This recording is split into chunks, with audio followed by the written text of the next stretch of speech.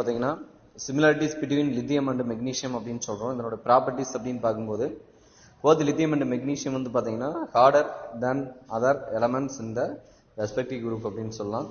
Next வந்து பார்த்தீங்கன்னா lithium and magnesium react slowly with water. So their oxides and hydroxides are much less soluble and their hydroxides decompose on heating. Heat பண்ணும்போது decompose ஆகுன்னு சொல்றாங்க. Next both form a nitrates form பண்ணுது lithium nitrates, magnesium nitrates by direct combinations with nitrogen. Next வந்து பார்த்தீங்கன்னா they do not give any super oxides and forms only oxides. For example lithium oxide Li2O, magnesium oxide அதெல்லாம் கொடுக்குறத வந்து super ஆக்சைடை form பண்ணுறது அப்படின்னு சொல்லலாம். நெக்ஸ்ட் வந்து பார்த்தீங்கன்னா the carbonates of lithium and magnesium decompose upon heating to form their respective oxides and carbon dioxide. Oxides and carbon dioxide கொடுக்குன்னு சொல்லலாம். நெக்ஸ்ட் lithium and magnesium வந்து பார்த்தீங்கன்னா form bicarbonate do not form bicarbonates form பண்ணுறதில்ல.